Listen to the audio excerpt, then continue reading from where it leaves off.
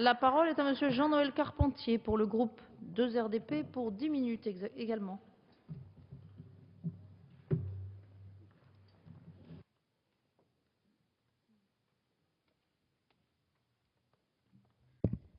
Merci Madame la Présidente, Monsieur le Ministre, Monsieur le rapporteur, chers collègues. Les députés du groupe radical républicain, démocrate et progressiste sont favorables au projet de contrat de génération. Le dispositif que nous examinons aujourd'hui est une des mesures phares de cette première année de législature.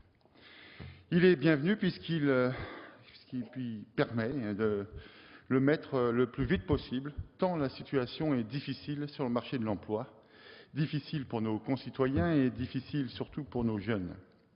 Le contrat de génération s'inscrit dans la volonté de la majorité parlementaire d'apporter des solutions pour inverser la courbe du chômage. L'économie et l'emploi doivent être au cœur de notre action. Pour mémoire, les emplois d'avenir ont été mis en place en novembre. La Banque publique d'investissement a été créée pour soutenir l'économie réelle. Et malgré ces imperfections importantes, et notamment l'absence de contrepartie que j'ai regrettée lors du débat budgétaire, le crédit d'impôt compétitivité emploi affiche l'ambition de soutenir l'emploi. Il y a, il faut bien le reconnaître, une cohérence d'ensemble. Monsieur le ministre, Mesdames, Messieurs les députés, cela change de l'ancienne majorité. Depuis 8 mois, même si cela déplaît à l'opposition, nous ne restons pas l'arme au pied. Nous ne disons pas qu'il n'y a rien à faire et que ce sont les marchés financiers qui doivent décider de tout. Nous ne restons pas les bras ballants et restons concentrés sur la mère des batailles, celle de l'emploi et celle des conditions de vie de nos concitoyens. Et j'espère, à l'instar du ministre, que ce projet, soutenu par l'ensemble des partenaires sociaux, sera porté par l'ensemble de la représentation nationale. Il permettrait de donner là un signe extrêmement fort à l'ensemble du pays, à l'ensemble de la nation, au travers du soutien de notre jeunesse. Le contrat de génération amène donc une nouvelle pierre à l'édifice de notre travail et nous tenons tout particulièrement à saluer la démarche de concertation du gouvernement qui a permis un accord entre les partenaires sociaux sur ce projet essentiel visant à créer, nous l'avons dit tout à l'heure, 500 000 CDI. En proposant des dispositions destinées au secteur marchand, ce contrat de génération complète utilement les emplois d'avenir qui s'adressent, eux, au secteur non marchand. Le contrat de génération s'attaque conjointement à deux fléaux qui gangrènent notre société et notre économie, le chômage des jeunes, le chômage des salariés plus âgés. Les jeunes sont effectivement pleinement touchés par la crise économique.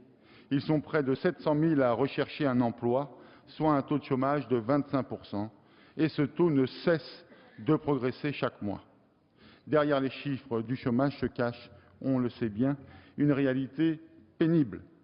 Même lorsqu'ils travaillent, la précarité des emplois qui leur sont offerts contraint les jeunes à rester chez leurs parents. Leur prise d'autonomie est retardée et fait peser un risque important sur leur avenir. Et puis, il faut bien le dire, cette situation de cohabitation entre les générations pèse extrêmement fortement sur le pouvoir d'achat des ménages les plus modestes.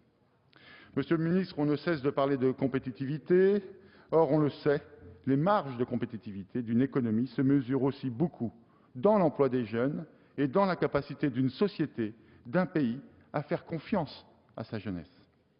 L'entrée tardive des jeunes dans le marché du travail est devenue, pour notre économie, un vrai boulet. C'est pour cela qu'il faut investir dans ce soutien à l'emploi des jeunes. C'est ainsi, par exemple, que nombre de jeunes se voient contraints d'accepter des postes pour lesquels ils sont surqualifiés. C'est autant de valeur ajoutée potentielle qui part en fumée. De même, la situation des seniors n'est guère plus glorieuse. Le taux d'emploi des personnes âgées entre 55 et 62 ans est trop faible. Et nous le savons bien, passé 50 ans, il est devenu quasiment impossible de retrouver un emploi lorsqu'on a perdu le sien. Le retrait anticipé du marché du travail de ces personnes expérimentées, qualifiées, connaissant parfaitement leur métier, plombe la compétitivité de notre pays. C'est un terrible gâchis. Aussi, plutôt que de mettre en concurrence les générations entre elles, il est proposé de les unir, de les associer, Nous sommes convaincus que l'amélioration de la situation de l'emploi pour les jeunes et les seniors doit se faire de façon concomitante. C'est l'objectif de ce projet de loi. Il s'articule principalement autour de 2 dispositions qui font bien la distinction entre les grandes entreprises et les plus modestes. Et je me félicite que l'aide de l'État ne soit apportée qu'aux seules entreprises de moins de 300 salariés. Ce ciblage permet de limiter les effets d'aubaine qui, c'est vrai, vont persister et offre un signe fort d'encouragement en direction des PME. De même, dans cet esprit, il est légitime de faciliter les démarches administratives des petites entreprises. Enfin, on ne peut que se satisfaire du dialogue social encouragé par ce projet de loi.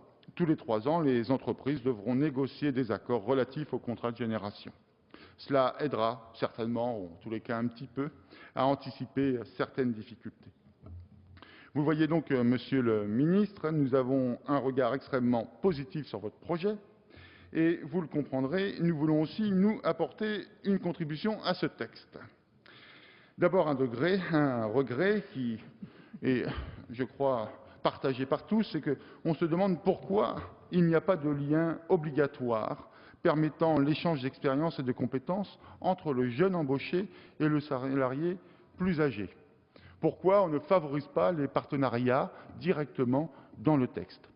C'est un sujet d'interrogation pour nous extrêmement important. D'autres parlementaires l'ont souligné. J'aimerais connaître l'opinion du gouvernement sur ce sujet. De même, nous souhaiterions que l'aide ne puisse plus être perçue par l'entreprise à la suite de la démission d'un salarié. Cette disposition existe bien dans le texte, mais que dans le cadre d'une rupture conventionnelle. Et il nous apparaît important d'inciter l'entreprise à remplacer un jeune salarié démissionnaire. Voilà, Monsieur le Ministre, mes chers collègues, les remarques et propositions que je souhaitais vous soumettre. Ce texte est de notre point de vue un atout pour contribuer à redonner confiance à notre jeunesse. En l'aidant, c'est aussi toute la société qui reçoit un signe d'encouragement, un signe de confiance.